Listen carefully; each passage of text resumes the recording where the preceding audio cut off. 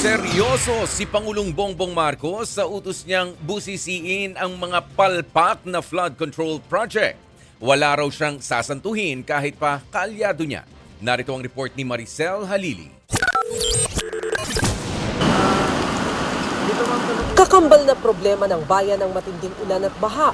Kaya naman maraming Pilipino ang napapalakpak sa sinabi ni Pangulong Bongbong Marcos sa SONA. Hinihimay na ang mga flood control projects na ginastusan ng mahigit 980 billion pesos sa loob ng 3 taon.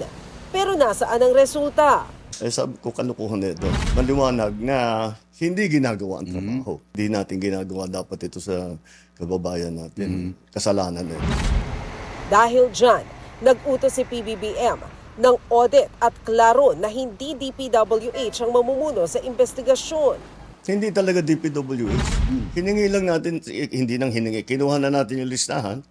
Kaya yung mahalaga doon sa aming pinag-usapan na isa sa publiko natin. Wala raw sasantuhin ng Pangulo kahit pa kaalyado niya ay hindi palalagpasin basta nasangkot sa korupsyon. Isa rin sa mga isyong binigyang diin ni PBBM ay ang pagputol ng pondo para sa mga foreign assisted projects. Kailangan daw yang ibalik. The worst part of this all, yung napupunta, kuminsan yung mga project na hindi maganda, napupunta sa unappropriated.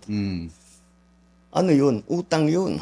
Nangungutang tayo para mangrakot itong mga ito. Kaya giit ng Pangulo, ibabalik niya sa Kongreso ang budget kung hindi ito tugma sa plano ng ehekutibo kahit mahumantong sa reenacted budget.